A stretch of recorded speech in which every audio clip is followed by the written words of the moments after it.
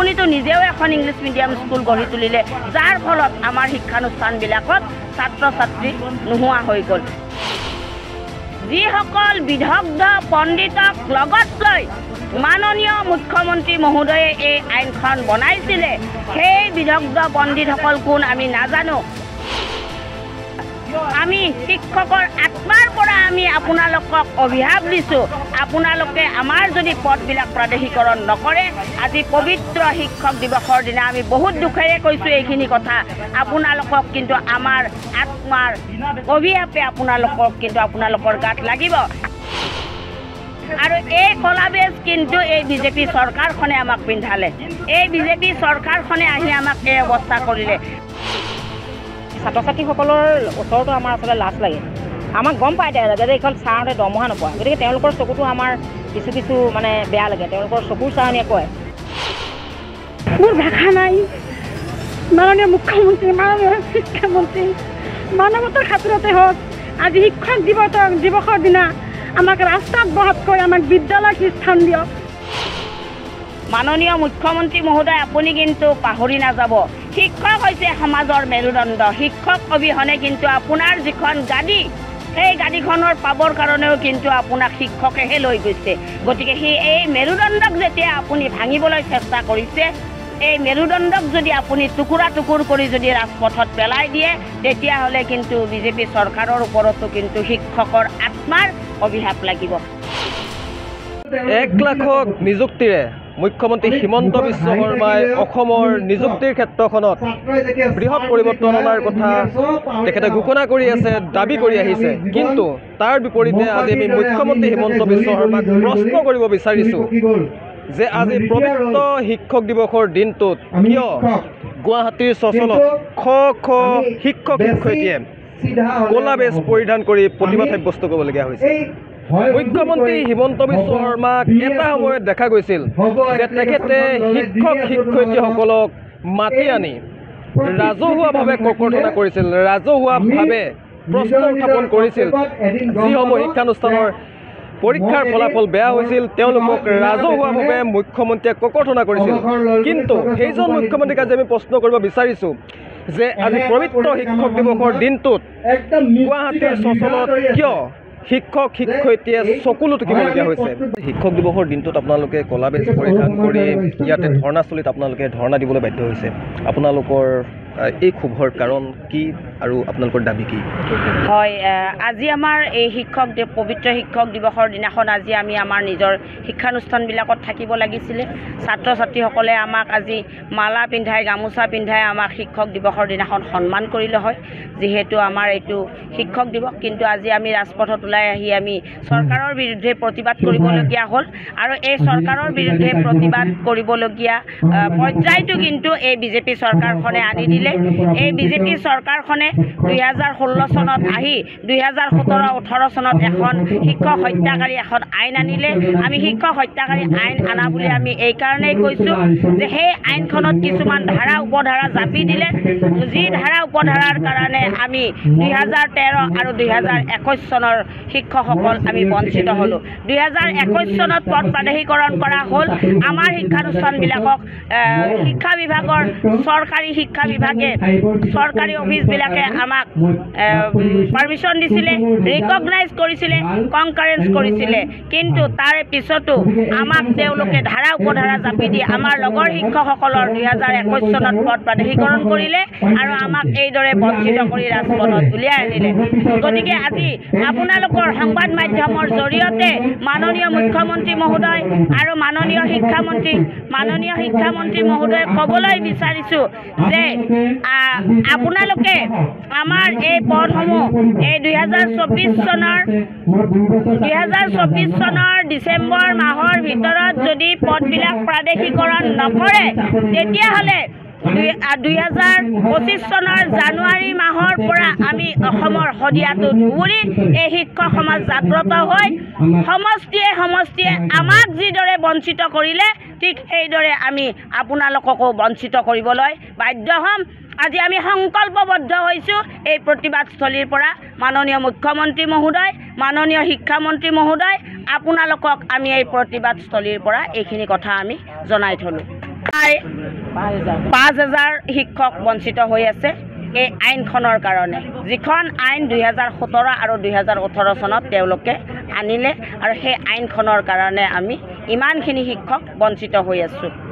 আৰু এইখিনিতে আৰু এটা কথা ক'ব লাগিব, তেওঁলোকে আমাৰ ME আৰু MEMৰ পৰা আমাৰ লগত একেলগে ৰিকগনাইজ হোৱা আমাৰ মাজৰ পৰা 2-3জন শিক্ষকৰ পদ প্ৰাদেশিকৰণ কৰি তেওঁলোকে কমপ্লিটলি অসমীয়া মাধ্যমৰ শিক্ষানুষ্ঠানবিলাক বন্ধ কৰি দিলে। গতিকে মাননীয় মুখ্যমন্ত্ৰী মহোদয়, মাননীয় শিক্ষামন্ত্ৰী মহোদয়, এই অসমত যে নগৰে চহৰে চুকে কোণে এই ইংলিছ মিডিয়াম স্কুলবিলাক যে গঢ় লৈ উঠিছে, সেইবিলাকৰ ওপৰত আপুনি কিয় নজৰ ৰখা নাই? আপুনিতো নিজেও এখন ইংলিছ মিডিয়াম স্কুল গঢ়ি তুলিলে, যাৰ ফলত আমাৰ শিক্ষানুষ্ঠানবিলাকত ছাত্ৰ ছাত্ৰী নোহোৱা হৈ গ'ল। আৰু এইখিনিতে আৰু এটা কথা ক'ব লাগিব, যিখিনি আমাৰ ছিনিয়ৰ ছেকেণ্ডাৰী শিক্ষক আছে, সেই শিক্ষকসকলৰ ক্ষেত্ৰত কি কৰিছে, প্ৰথম পষ্টটো হ'বলৈ তেওঁলোকে 10জন কৰিছে আৰু ছেকেণ্ড পষ্টটো হ'বলৈ তেওঁলোকে 80জন ছাত্ৰ ছাত্ৰী কৰিছে। অসম্ভৱ, অসম্ভৱ। 10জন আৰু 80জন কিমান ডিফাৰেঞ্চ? গতিকে যিসকল বিদগ্ধ পণ্ডিতক লগত লৈ মাননীয় মুখ্যমন্ত্ৰী মহোদয়ে এই আইনখন বনাইছিলে, সেই বিদগ্ধ পণ্ডিতসকল কোন আমি নাজানো। গতিকে এই প্ৰতিবাদস্থলীৰ পৰা আমি শিক্ষকৰ আত্মাৰ পৰা আমি আপোনালোকক অভিশাপ দিছোঁ, আপোনালোকে আমাৰ যদি পদবিলাক প্ৰাদেশিকৰণ নকৰে, আজি পবিত্ৰ শিক্ষক দিৱসৰ দিনা আমি বহুত দুখেৰে কৈছোঁ এইখিনি কথা, আপোনালোকক কিন্তু আমাৰ আত্মাৰ অভিশাপে আপোনালোকৰ গাত লাগিব। আৰু এই কলা বেজ, আজি আমি ডিঙিত গামোচা ল'ব লাগিছিল, ডিঙিত মালা পিন্ধিব লাগিছিল, কিন্তু আমি এই কলা বেজ কিয় পিন্ধিছোঁ? মাননীয় মুখ্যমন্ত্ৰী মহোদয়, মাননীয় শিক্ষামন্ত্ৰী মহোদয়, আপোনালোকক বুজাই দিব বিচাৰিছোঁ, এয়া দুখৰ প্ৰতীক। আৰু এই কলা বেজ কিন্তু এই বিজেপি চৰকাৰখনে আমাক পিন্ধালে, এই বিজেপি চৰকাৰখনে আহি আমাক এই অৱস্থা কৰিলে। আৰু এটা কথা আমি ক'বই লাগিব, কংগ্ৰেছ চৰকাৰৰ সময়ত তেতিয়া বৰ্তমানৰ যিজন মুখ্যমন্ত্ৰী, তেওঁ শিক্ষামন্ত্ৰী আছিলে, তেতিয়া কিন্তু আমাক এটা FA দিছিলে, ফাইনেন্সিয়েল এছিষ্টেণ্ট দিছিলে, মাননি অকণমান আমাক মাননি দিছিলে, আৰু সেই মাননিখিনিও কিন্তু আমাৰ এতিয়া কমপ্লিটলি বন্ধ কৰি দিছে। বন্ধ কৰা হ'ল সেইটো 2015 চনত, আমাৰ 16 চনত প্ৰাদেশিকৰণ কৰিম বুলি বন্ধ কৰিছিলে। 2016 চনৰ প্ৰতিখন নিৰ্বাচনী সভাত হিমন্ত বিশ্ব শৰ্মাদেৱে কৈছিলে যে অসমত আৰু ভেঞ্চাৰ শব্দ নাথাকে, কিন্তু তেওঁ ওলোটা বাগৰ মাৰি লগে লগে যেতিয়া তেওঁলোকে গাদীত আহি গ'ল বিজেপি চৰকাৰখন, আৰু লগে লগে তেওঁলোকে আমাৰ ওপৰত এখন শিক্ষক হত্যাকাৰী এখন আইন জাপি দিলে। গতিকে মাননীয় মুখ্যমন্ত্ৰী মহোদয়, আপুনি কিন্তু পাহৰি নাযাব, শিক্ষক হৈছে সমাজৰ মেৰুদণ্ড। শিক্ষক অবিহনে কিন্তু আপোনাৰ যিখন গাদী, সেই গাড়ীখনৰ পাবৰ কাৰণেও কিন্তু আপোনাক শিক্ষকেহে লৈ গৈছে। গতিকে এই মেৰুদণ্ডক যেতিয়া আপুনি ভাঙিবলৈ চেষ্টা কৰিছে, এই মেৰুদণ্ডক যদি আপুনি টুকুৰা টুকুৰ কৰি যদি ৰাজপথত পেলাই দিয়ে, তেতিয়াহ'লে কিন্তু বিজেপি চৰকাৰৰ ওপৰতো কিন্তু শিক্ষকৰ আত্মাৰ অভিশাপ লাগিব। আজি শিক্ষক দিৱসৰ দিনাখন এতিয়ালৈকে একোৱেই খোৱা নাই, ৰাতিপুৱা উঠি যি খালী চাহ একাপ খাইছোঁ, এই লঘোণে আমি এই শিক্ষকবিলাকে আজি এইখিনি কথা কিন্তু কৈছোঁ, আৰু এই অভিশাপ কিন্তু তেওঁলোকৰ গাৰ ওপৰত। স্কুলখনৰ নামটো মই জানিব বিচাৰিছোঁ। মোৰ হয় ছিনিয়ৰ ছেকেণ্ডেৰী হয়, মই গহপুৰ সমষ্টি হয়, পূবচদিয়া ছিনিয়ৰ ছেকেণ্ডেৰী স্কুল, গহপুৰত হয়। আজিৰ দিনটোত আপোনাৰ বিদ্যালয়ৰ শিক্ষাৰ্থীসকলে হয়তো আপুনিও বিদ্যালয়লৈ যাব বুলি আশা কৰিছিল, আপোনাক কিবা এটা উপহাৰ দিব বা আপোনাৰ পৰা এটা আশীৰ্বাদ ল'ব, আপোনাক শ্ৰদ্ধা জনাব আশা কৰিছিল। আজি আপোনাৰ শিক্ষাৰ্থীসকলে আপোনাক বিদ্যালয়ত বিচাৰি নাপালে, তাৰ সলনি আপুনি আজি গুৱাহাটীত প্ৰতিবাদ সাব্যস্ত কৰিবলৈ আহিছে। মানে এইটো দুখৰ বিষয়, কাৰণ মোৰ শিক্ষানুষ্ঠানখন এষ্টাব্লিছৰ পৰাই মই শিক্ষানুষ্ঠানত থাকোঁ। ছাত্ৰ ছাত্ৰীয়ে আচলতে মোক বহুত ভাল পায়। আপুনি কেতিয়াৰ পৰা শিক্ষকতা? মই 1990 পৰা মই আছোঁ, আৰু মোৰ শিক্ষকখিনিয়ে যথেষ্ট মোক ভাল পায়, কাৰণ মই ছাত্ৰ ছাত্ৰীখিনিও ভাল পায়, শিক্ষকেও ভাল পায়। কিন্তু যেতিয়া এছাম শিক্ষকৰ প্ৰাদেশিকৰণ হৈ গ'ল, যেতিয়া আমি বিতাড়িত, আমাৰ প্ৰায় 8জন হৈছে আমাৰ কলেজত, কিন্তু আমাৰ অল আছামৰ ছিনিয়ৰ ছেকেণ্ডেৰী প্ৰায় 280 মান আমাৰ বিতাড়িত হৈছে। কিন্তু আমাৰ যদি চাওঁ সমূহীয়াভাৱে সদৌ অসম বঞ্চিত আপোনাৰ LP2 কলেজলৈকে আমাৰ 5000 হ'ব, কিন্তু আমাৰ ছিনিয়ৰ ছেকেণ্ডেৰী মাত্ৰ অতি বেছি হ'লে 280 বা কম হ'লে 200 মান হ'ব। গতিকে আমি নিজেও বেয়া লাগিছে, কাৰণ ছাত্ৰ ছাত্ৰীসকলৰ লগত থাকি আমাৰ যিটো শিক্ষকৰ মৰ্যাদা, যি গামোচা পিন্ধাৰ যিটো আমাৰ মৰ্যাদা, বা ছাত্ৰ ছাত্ৰীসকলক কিবা এটা দিয়াৰ যিটো আমাৰ সপোন, সেইটো আচলতে আমি খুব ভাল পাওঁ। কিন্তু দুখৰ বিষয়ে আজি আমি ক'লা বেজ পৰিধান কৰি ইয়াত বহিছোঁ আৰু আমাৰ বিভিন্ন প্ৰান্তৰ পৰা শিক্ষকসকল আহিছে। যদিও 5,000 শিক্ষক আছে, সকলো আমাৰ আহিব পৰা নাই। আমি মাত্ৰ জিলা প্ৰতিনিধিসকল মাতিছোঁ। মাতি আমি শিক্ষামন্ত্ৰী আৰু মুখ্যমন্ত্ৰী মহোদয়লৈ এটাই আহ্বান জনাইছোঁ যে মাননীয় মুখ্যমন্ত্ৰী মহোদয়ে বহুত ভাল কাম কৰিছে। আমি দেখিছোঁ অসমৰ প্ৰেক্ষাপটত তেখেতে যথেষ্ট ভাল কাম কৰিছে। তেওঁ কোনো এটা ঘোষ নোলোৱাকৈ চাকৰিও দিছে, সেইটোও দেখিছোঁ। কিন্তু তেওঁ এই 5,000 শিক্ষকে কি বেয়া কাম কৰিলে যে তেওঁ এই শিক্ষক কমিটিত এতিয়াও যে তেওঁ মানৱ যিটো হৃদয়ত ঠাই পোৱা নাই। আমি লগো কৰিছোঁ, পুনৰ কৈছোঁ, তেতিয়াতো তেওঁ কথা দিছিলে, আজি 2 বছৰ হ'ল আৰু তেওঁক লগ পাবলৈও বহুত বেয়া তেখেতক। আৰু তেখেতক লগ পোৱা হ'লে হয়তো আমি তন্নতন্নকৈ সকলো কথা ক'লোহেঁতেন। গতিকে যিজন মহাখলনায়ক, পুনৰ কৈছোঁ, মই প্ৰতিটো আচলতে চেনেলতে কথাটো কৈছোঁ, RC জৈন, তেখেতে কোনো এটা মানে পৰীক্ষা নকৰাকৈ, কোনো এখন শিক্ষানুষ্ঠান তেখেতে ফিল্ড ভিজিট নকৰাকৈ তেখেতে এখন আইন বনাই দিলে, যিখন আইনে নেকি হাজাৰ হাজাৰ শিক্ষক বঞ্চিত কৰিলে। গতিকে তেনেকুৱা এখন আইন কি কাৰণত বনালে আচলতে মাননীয় মুখ্যমন্ত্ৰী শিক্ষামন্ত্ৰী মহোদয়ে আচলতে চাব লাগে। আমি পুনৰ কৈছোঁ যে শিক্ষানুষ্ঠান এষ্টাব্লিছৰ পৰা আমাৰ শিক্ষকখিনিয়ে কাম কৰি আছে। 2017-18 চনৰ যিখন আইন বনালে তাৰ পাছত জইন কৰা শিক্ষকে কিন্তু ৰিজেক্টেড। আমি ৰিজেক্টেড নহয়, কাৰণ আমাৰ কাৰোবাৰ 2 মাহ আছে, কাৰোবাৰ 1 বছৰ আছে, কাৰোবাৰ 2 বছৰ আছে। আৰু বহু শিক্ষকে এতিয়া বিচনাত পৰি আছে, তেওঁলোকৰ মানে টকা পইচা নাই চিকিৎসা কৰিবলৈ। বহুত শিক্ষকে আত্মহত্যা কৰিছে। পুনৰ যাতে আত্মহত্যা নকৰে, আমি যিহেতু সন্থাত আছোঁ, আমি সন্থাত নিজে আমি দুখত থাকিও তেওঁলোকক আমি ৰাতিপুৱা ফোন কৰোঁ, আপোনালোকে বেয়া কাম নকৰিব, শিক্ষকে বেয়া কাম নকৰিব, আপোনালোকে নিশ্চয় মুখ্যমন্ত্ৰী মহোদয়ে এইখিনি কাম কৰিব, তেখেতে যদি যথেষ্ট ভাল কাম কৰিছে কৰিব, তেনেকুৱা কথা আমি কৈ থাকোঁ। কাৰণ সন্থা হিচাপে জীয়াই থকা তেখেতসকলক জীয়াই ৰখাটো আমাৰ দায়িত্ব কৰ্তব্য। কাৰণ আমি 5,000 শিক্ষকৰ লিড ল'বলগীয়া হৈছে। গতিকে আপোনালোকৰ জৰিয়তে মাননীয় মুখ্যমন্ত্ৰী আৰু শিক্ষামন্ত্ৰী মহোদয়ে এতিয়া আহ্বান জনাইছোঁ, আপোনালোকে তুচ্ছতাশীল নকৰিব। এই শিক্ষকখিনি যিমান LP টু কলেজলৈকে যিমানখিনি শিক্ষক বঞ্চিত হৈছে, সকলোকে আপোনালোকে প্ৰাদেশিকৰণ কৰক। আচলতে এইটো বিনা চৰ্তেই কৰিব লাগে, কাৰণ 30 বছৰ 35 বছৰ যিটো মূল্য শিক্ষকৰ ছাত্ৰ ছাত্ৰীক শিকোৱাৰ যিটো মানে মূল্য, সেই মূল্যটো আচলতে একোৱে ঠাই নাপায়। গতিকে 34 বছৰ পাৰ হৈ গৈছে আমাৰ। আৰু তেনেকুৱা শিক্ষকটো আৰু বহুত আছে। আপোনাৰ এনেকুৱা শিক্ষক এতিয়া আহিছে, কাৰোবাৰ 2 মাহ আছে, অতি দুখ লগা কথা। আৰু এনেকুৱা শিক্ষক আছে, কোনোবাই ছাগলী এটা বেচি আহিছে, কোনোবাই হাঁহ এটা বেচি আহিছে। আমাৰ বেয়া লাগে, আমাৰ বেয়া লাগে, সেই শিক্ষকখিনিক আমাৰ বেয়া লাগে। আমি যে এইটো এনেকৈ পেণ্ডেল কৰিছোঁ, এনেকুৱা যে কাম কৰিছোঁ, আমি কি কৰোঁ, আমি নিজেই এটকা এটকা তুলি পেলাই তেনেকুৱা কাম কৰিছোঁ। কাৰণ আমাৰ সন্থাটো অতি দুখীয়া সন্থা। আমি দুখীয়া সন্থা। এনেকুৱা নহয় যে সন্থাটোৱে কিবা এটা কৰিবলৈ যাবৰ কাৰণে কৰিবলগীয়া আছে। কিন্তু আমাৰ কথাটো যদি আমি সন্থাৰ জৰিয়তে যদি নজনাওঁ, আমি ভাগ সকলো LP সন্থাৰ পৰা ধৰি আমাৰ ছিনিয়ৰ ছেকেণ্ডেৰী ছিনিয়ৰ কলেজৰ সন্থালৈকে একগোট হৈ আমি সদৌ অসম শিক্ষক সন্থা জন্ম দি আমি এই বেনাৰতে কামখিনি কৰিবলৈ বিচাৰিছোঁ আৰু চৰকাৰৰ লগত আমি আলোচনা কৰিব বিচাৰিছোঁ। গতিকে মাননীয় মুখ্যমন্ত্ৰী মহোদয়ে আলোচনা কৰক আমাৰ লগত, তেতিয়াহে আচলতে উচিত উত্তৰ এটা পাব। গতিকে সেইখিনি আপোনালোকৰ জৰিয়তে আমি জনাব বিচাৰিছোঁ। গতিকে আমি পুনৰ কৈছোঁ যে আমাৰ প্ৰতিবাদ কৰাটো উদ্দেশ্য লক্ষ্য নহয়। আমাৰ শিক্ষানুষ্ঠানৰ শিক্ষকখিনি আমি বিনা বেতনে কিমান কৰিম, সেই ছাত্ৰ ছাত্ৰীসকলৰ ওচৰতো আমাৰ আচলতে লাজ লাগে। আমাক গম পায় তেওঁলোকে যে এইখন ছাৰহঁতে দৰমহা নোপোৱা। গতিকে তেওঁলোকৰ চকুটো আমাৰ কিছু মানে বেয়া লাগে, তেওঁলোকৰ চকুৰ চাৱনিয়ে কয়। গতিকে আমি তেনেভাৱেই কাম কৰি আছোঁ। আৰু এনেকুৱা কিছু কাম কৰিলে শিক্ষা বিভাগে কিছুমান শিক্ষানুষ্ঠান এমালগেমেশ্যন কৰি দিলে। এমালগেমেশ্যন কৰাৰ লগে লগে তাত যিখন অতিৰিক্ত শিক্ষক আছিলে, তেওঁলোকে এতিয়া ঘৰত বহিবলগীয়া হৈছে, তেওঁলোক যাবই নোৱাৰা হ'ল। কাৰণ সেই শিক্ষানুষ্ঠানখনত তেওঁলোকক কাম কৰিবলৈ নিদিয়ে।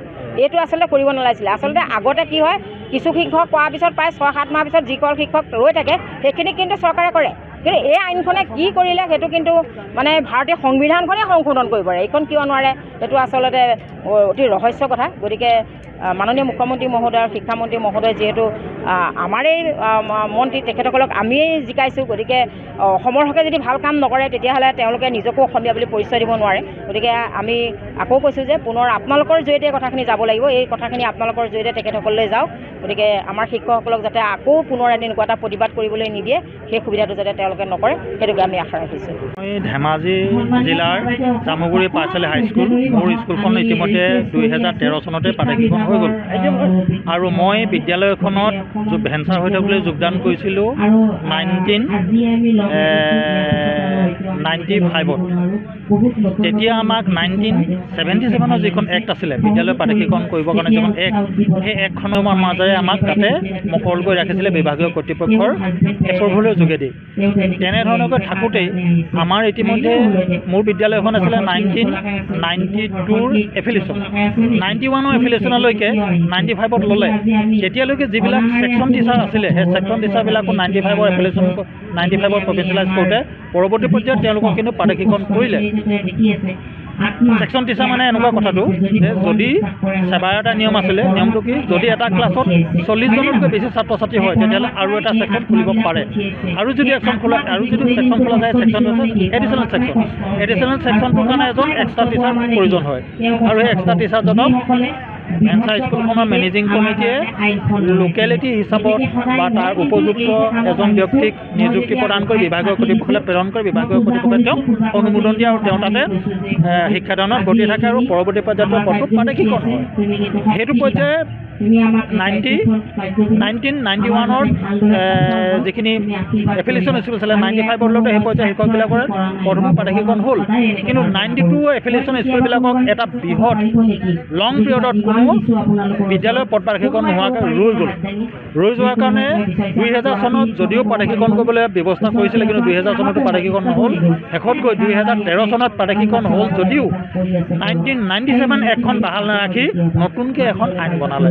সেই আইনখনে এতিয়া এই ছেকশ্যন টিচাৰসকলৰ পদসমূহৰ কথা কোনো গুৰুত্ব নিদি তাতে এটা শ্ৰেণীত 80জন ছাত্ৰ ছাত্ৰী বিচাৰিলে। 40জনতকৈ বেছি হ'লে এটা ছেকশ্যন আছে।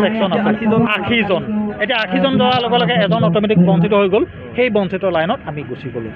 এনেধৰণে গৈ আমি আজি এতিয়া বহুত বাক বিতণ্ডা বা প্ৰতিবাদ কৰি আছোঁ যদিও চৰকাৰে আমাক প্ৰতিশ্ৰুতি দিছে যদিও আজিলৈকে কোনো আমাৰ পদটো প্ৰাদেশিকৰণৰ হোৱা আমি কোনো লক্ষ্য দেখা পোৱা নাই। অন্য হাতেদি মই এটা কথা কওঁ, ক্লাছিকেল টিচাৰ সংস্কৃত, মিউজিক, ক্ৰাফ্ট এইবিলাক 2013 চনতে ক্লাছিকেল টিচাৰ ক্ষেত্ৰত সংস্কৃতত অনলি এজনৰো যদি ছাত্ৰ আছিলে তেওঁ পদটো কিন্তু প্ৰাদেশিকৰণ হৈ গ'ল।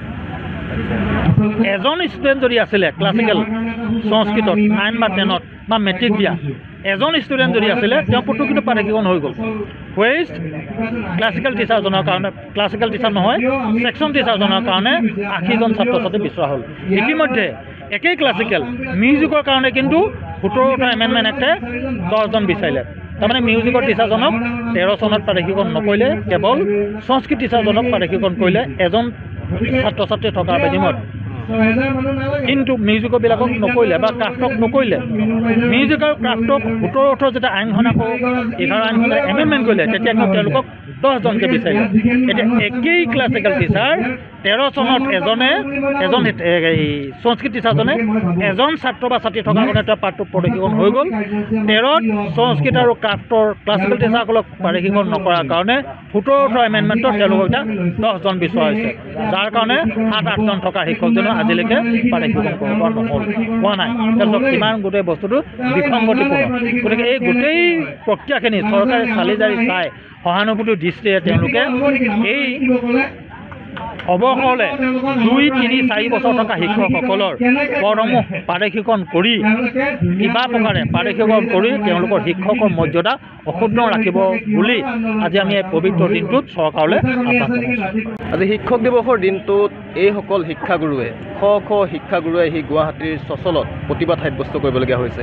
এওঁলোকৰ বিদ্যালয়ত এওঁলোকৰ যিসকল শিক্ষাৰ্থী আছে তেওঁলোকে হয়তো বিদ্যালয়ত অপেক্ষা কৰিছে যে ছাৰ আহিব, আজি আমি ছাৰক সন্মান জনাম, এখন গামোচা পিন্ধাম, বাইদেউ আহিব, বাইদেউক আমি এখন গামোচা পিন্ধাম।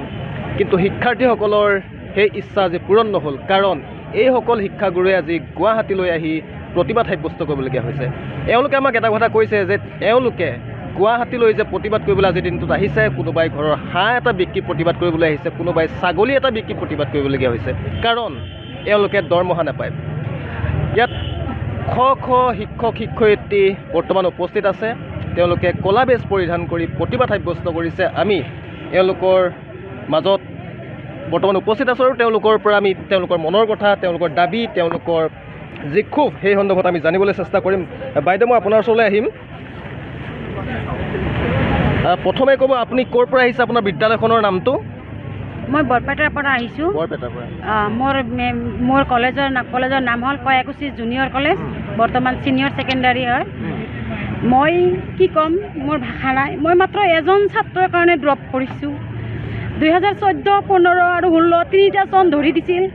তাৰ ভিতৰত 16 চনত APRত যিজন 80 ষ্টুডেণ্ট ধৰি দিছিল, তাত মোৰ 79 আছে। এজন ছাত্ৰৰ কাৰণে মই বাদ পৰি গৈছোঁ। 2004 চনৰ পৰা মই কাম কৰি আছোঁ। মোৰ ভাষা নাই। মাননীয় মুখ্যমন্ত্ৰী, মাননীয় শিক্ষামন্ত্ৰী, মানৱতাৰ খাতিৰতে হওক, আজি শিক্ষক দিৱসৰ দিনা আমাক ৰাস্তাত বহাতকৈ আমাক বিদ্যালয়ত স্থান দিয়ক।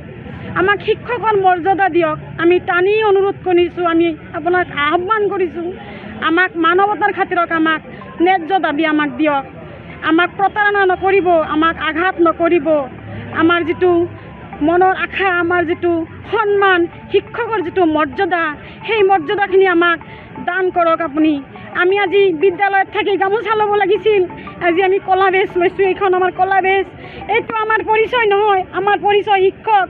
আমাক ছাত্ৰ ছাত্ৰী আজি শিক্ষকৰ মৰ্যাদা দিব, আমি সেই মৰ্যাদা বাদ দি আজি আমি ৰাস্তাত বহিছোঁ।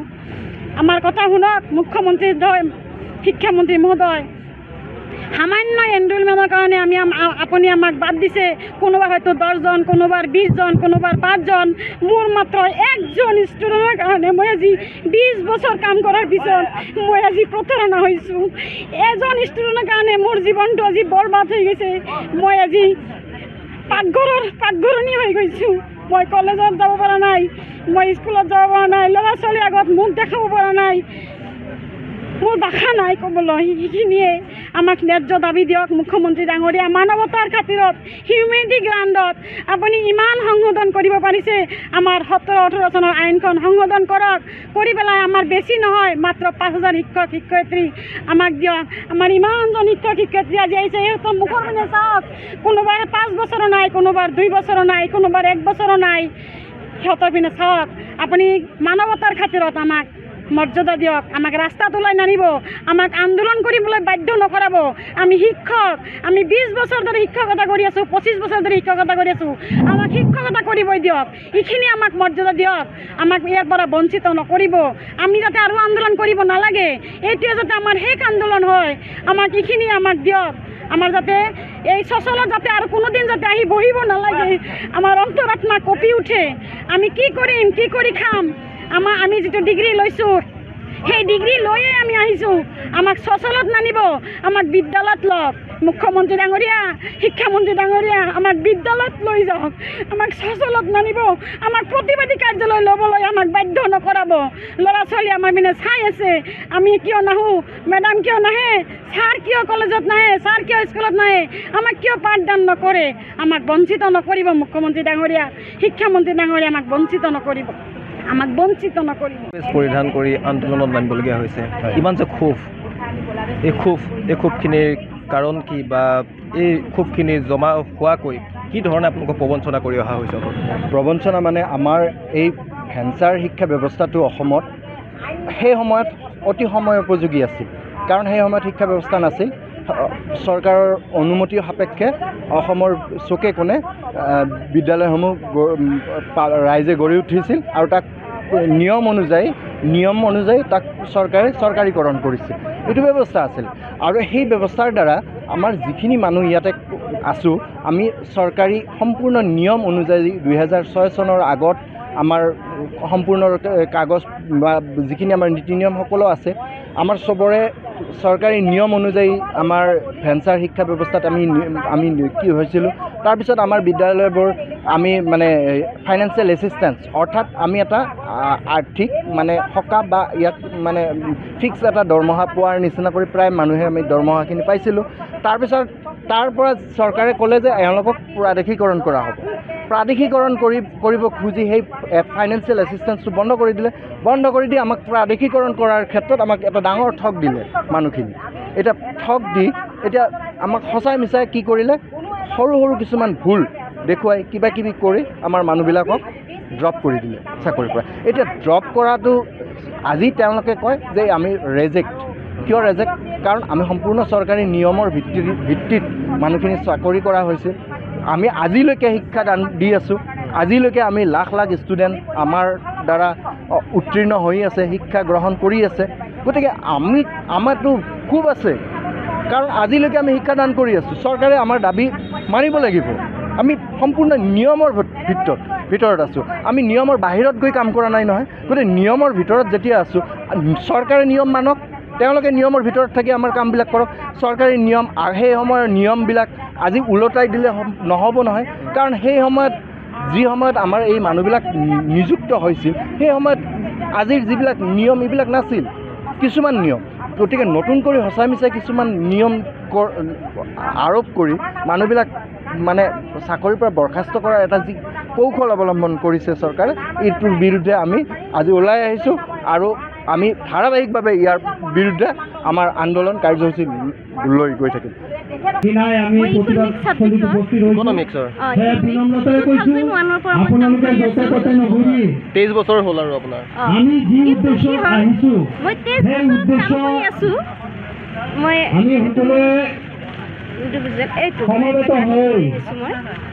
মই মানে জাগা নহল কাৰণে মই 10 পৰা আৰম্ভ কৰিছোঁ। আমাৰ যেতিয়া 21 চনত হ'ল তেতিয়া কি কৰিলে 14, 15, 16 তিনিটা বছৰ চালে ন। 14ত মোৰ 20 জন, 22 জন, 16ত মই মেটাৰ্নিটি লিভত আছিলোঁ বুজিছে। ইকনমিক্সটো কম্পালচাৰী নহয়, গতিকে ষ্টুডেণ্টে পৰীক্ষা নিদিলে, মাত্ৰ 5 জনে দিলে, গতিকে 5 জন। আৰু এইটো কাৰণতে মই ড্ৰপ কৰিলোঁ, অন্য কোনো কাৰণ নাই। মানে গোটেই 1 চনৰ পৰা মোৰ ঠিক আছে 10ৰ ওপৰত আছে, 20, 22, 25, 30 জন এনেকুৱাকৈ আছে ষ্টুডেণ্ট। 17 চনতো দেখালোঁ 10 জনে আছিল সেই বছৰ।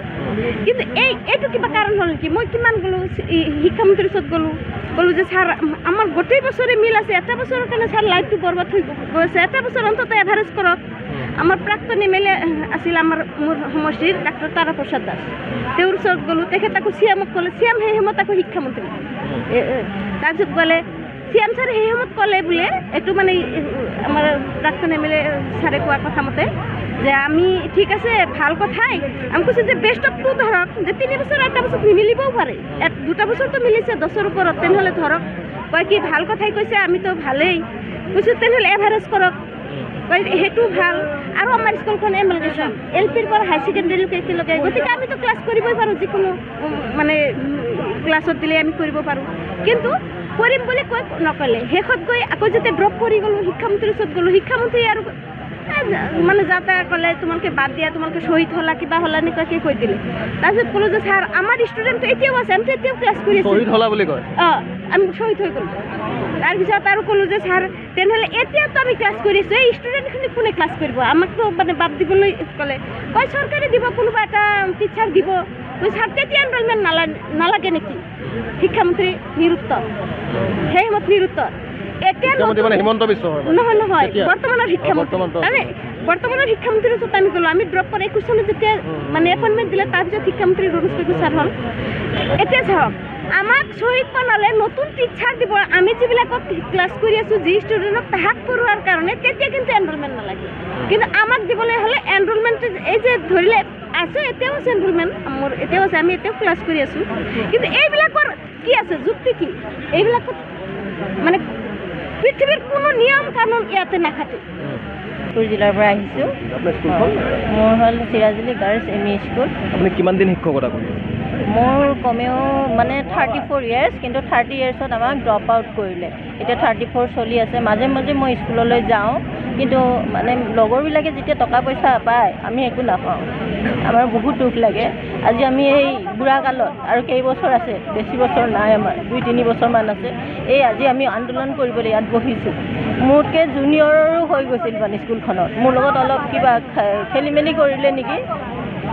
মোৰ জুনিয়ৰ, মোতকৈ 12 বছৰ জুনিয়ৰো মানে চাকৰি দি দিলে, মোক নিদিলে।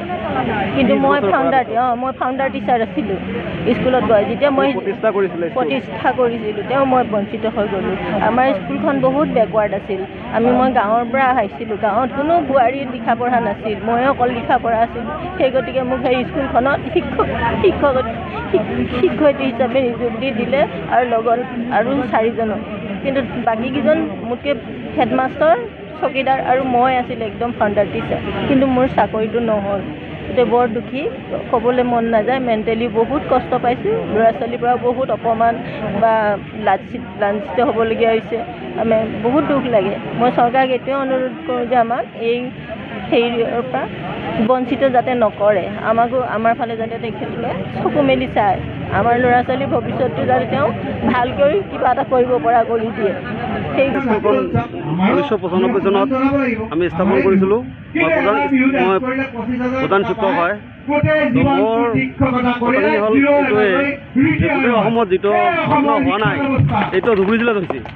কাৰণ কি যিখন আইন হৈছে গোটেই অসমৰ কাৰণে হৈছে, কিন্তু এতিয়া দুখ আৰু পৰিতাপৰ কথা যে ধুবুৰী জিলাত যিখন DLSC আছিল, মানে ডিষ্ট্ৰিক্ট লেভেল স্ক্ৰুটিনি কমিটি, এই কমিটি এটা মাইনাছ কৰি এটা নিয়ম বনাইছে যে যিখন স্কুলত যিখন এম ই স্কুলত মানে 100 তলত ছাত্ৰ ছাত্ৰী থাকিব তাত প্ৰধান শিক্ষকজনৰ পদ প্ৰদৰ্শন কৰা নহ'ব আৰু তেনেকুৱাকৈ আমাৰ 73 প্ৰত্যেকজন মানে প্ৰধান শিক্ষকৰ চাকৰি প্ৰদৰ্শন কৰা হোৱা নাই।